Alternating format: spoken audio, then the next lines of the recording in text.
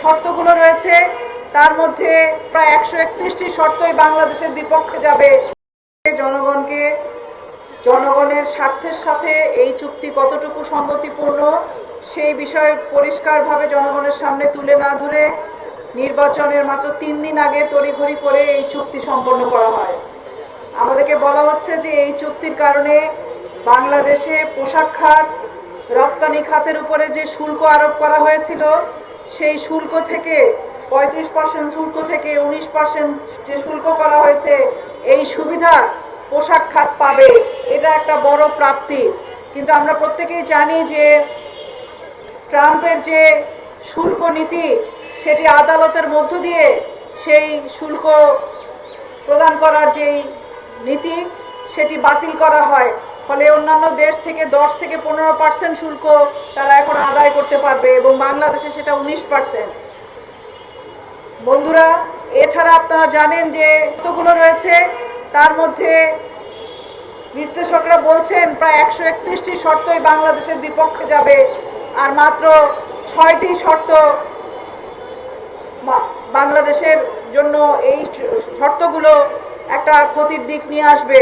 আপনারা জানেন যে বাণিজ্য চুক্তি করা হয়েছে তার মাধ্যমে আমাদের জ্বালানি, কৃষিপণ্য সহ আমাদের জন্য বিমান ইত্যাদি ক্রয় করার ক্ষেত্রেও যেই শর্ত আরোপ করা হয়েছে সেই শর্তের মধ্য দিয়ে বাংলাদেশের অর্থনীতি লাভের চেয়ে ক্ষতির দিকে বেশি ঝুঁকে পড়বে।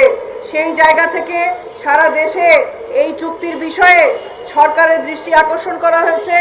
গণঅভ্যুত্থান পরবর্তী সময়ে আমরা একটা ভোটের অধিকার পেয়েছি, একটা নির্বাচন হয়েছে এবং সেই নির্বাচনের মধ্য দিয়ে নতুন সরকার গঠন হয়েছে।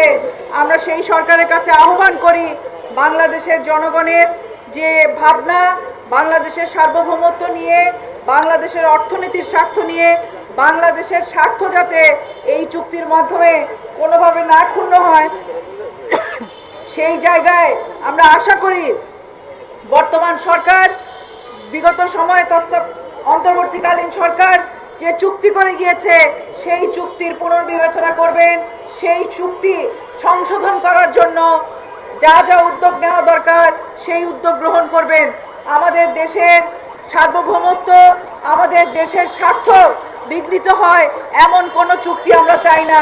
সেই চুক্তি সংশোধন করার জন্য গণসংহতি আন্দোলনের পক্ষ থেকে আমরা সরকারের কাছে আহ্বান জানাই যে এই সরকার এবং বর্তমানে গণঅভ্যুত্থান পরবর্তী সময়ে আমরা যে নতুন আকাঙ্ক্ষা নিয়ে বাংলাদেশ তৈরি করার জন্য সকলে একত্রিত হয়ে বাংলাদেশ তৈরি করার জন্য, জনগণের আকাঙ্ক্ষার বাংলাদেশ করার জন্য যেই অগ্রগতি, যেই সকলে ঐক্যবদ্ধ হয়ে কাজ করার যেই আহ্বান, সেই আহ্বান তখনই বাস্তবায়ন হবে যখন বাংলাদেশের স্বার্থ রক্ষা পাবে।